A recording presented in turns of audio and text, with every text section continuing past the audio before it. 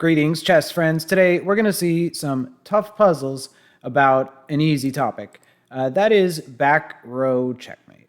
Now, before you go anywhere, we know what that is, but today the puzzles are going to be a little tricky. Let's take a look at this first one, and this is really one of the classics in chess history. If you recognize the puzzle, I understand you've probably seen it many times before, but this is Capablanca at his best. Let's jump into this one. Queen B2. Excellent move, unbelievable. Using the back row weakness as the trick to this one, or the key. Of course, if queen takes queen, rook d1 checkmate. Okay, let's see a few variations. I want to point out something that I've given this puzzle to many people over the years and students, and a lot of people say, easy, queen, queen, rook. Oh, well, you really need to study this topic because you left your own back rank open. So certainly not the best way, but queen b2, Kappa, of course, found that. Let's see a few variations, though. If you just move, let's say, the rook in the way, we have an easy queen b1, queen f1, and just take the rook. We're up a rook. It's easy. Again, please don't play rook d1. Here, if you play queen e1, maybe the most picturesque of the variation, just take that rook. All having to do with the weakness of the back rank. A really nice concept here, an old twist on this legendary classic. Everybody's been back rank mated, and we've done it, and it's happened to us. So something we all know, but it's nice when it shows up in the variations as well.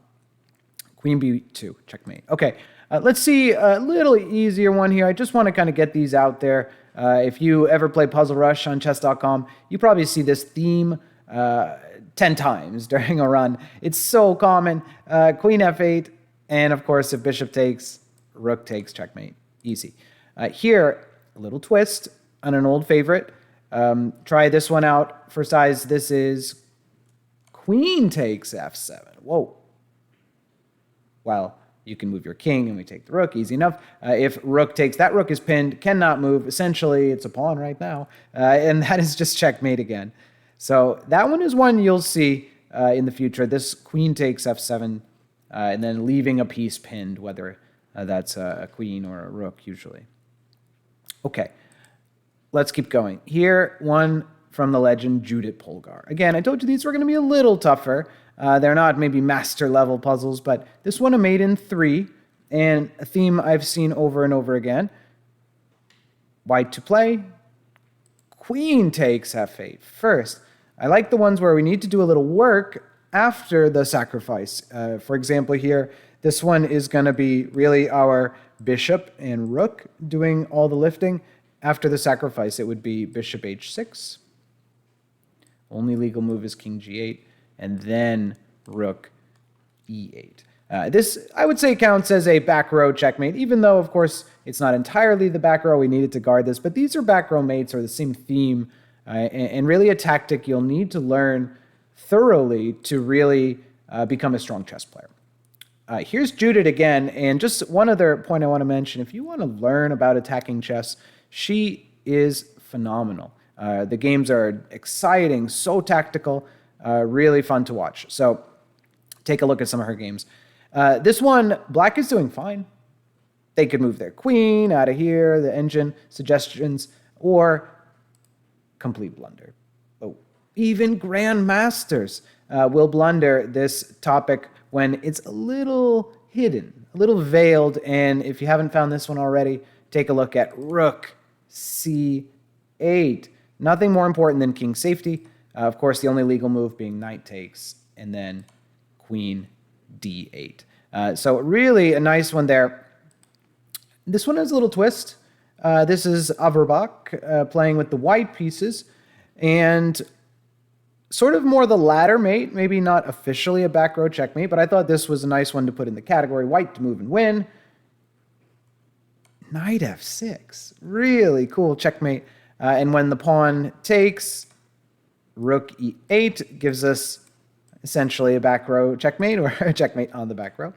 If the king were to move left or right, the same rook e8 is always leading to checkmate. So I like that one, uncovering the checkmate. Now, two that are actually quite, I would say, difficult. So if you are stuck with me here through the little easier ones, here we go. This is the main course. Actually, Alekhine with the white pieces, and only one move is winning here. And although it is a capture, I wouldn't say it's a natural capture. I feel like in a 1-minute game, I would play some safer move, but he played bishop takes f6.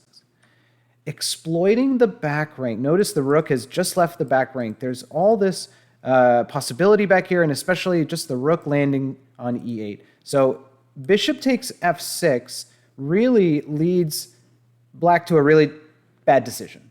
Left or right, it's really bad. If you take with the pawn, I would say that's a little easier. The very natural queen h6, threatening checkmate, and queen f8, the only move, and then the very visually aesthetic, I love this type of move, rook e8. Beautiful. And that is forcing the queen away or pinning the queen as well, so you can just pre-move queen g7 checkmate. And let's rewind. If in the game they had taken with the queen, then rook e8, knight f8, the only move, and now knight h6. Really nice. Using the pin on the king, the pawn cannot capture. If queen takes, we're going to see that in a moment, but of course king h8, the only other move, just gets checkmated in one. So queen does take, and again, if you want to try this puzzle out, it is an easy, snappy little two-mover, 1 and 2. All of this because the back rank had been vacated. And that, I really like that puzzle as it has the same theme of the back rank being weak over and over again. Alekhine, of course, did play bishop f6 and went on to win, and really demonstrated his tactical abilities were top-notch. So good stuff there. And the final one, it returns back to where we started with the legend Capablanca. This one uses, again, some of the themes, and try it out if you want to pause here. Test your tactical eye on these back rank mates. But if you think about how can we get this rook out of here, and the queen has to be leaving this square, most likely that's where it's going to land, is d8. He starts with knight h6 check, a natural move. Using the pin, forcing the king to the corner. From here, how do we get those pieces of black? How do we trick them to get off the coverage of d8? And here he plays a move which probably was just stunning for black when it occurred. Queen takes e5.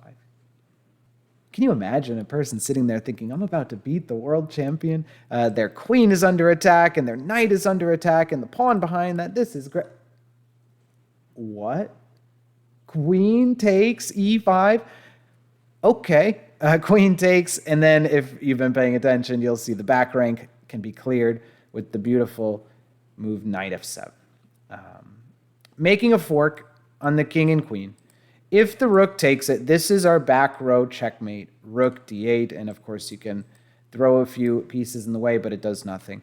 And it's also working perfectly if king g8, knight takes queen, leaving us more than a full piece ahead. So white is comfortably winning. Really nice one there, and starting again with knight h6, but I think even from this moment, a beautiful chess puzzle, just queen takes bishop. Almost feels composed, but Kappa, Alekhine, Judit, all legends of chess, and really were that good. I mean, these are really top-notch players. But I think, again, the point remains that the back row checkmate, though simple, is a theme within many complex positions. So here, this one could have been a fork. We ended up ahead in material, or a back row checkmate. There's many ways it could go, but in general, that concept is interwoven in the combination. So beautiful stuff. All right. Again, if you have any ideas or themes for lessons or chess topics you want to hear, send me those, please, and I will consider them. Having fun doing these. Keep watching, everybody, and hope you have a great afternoon.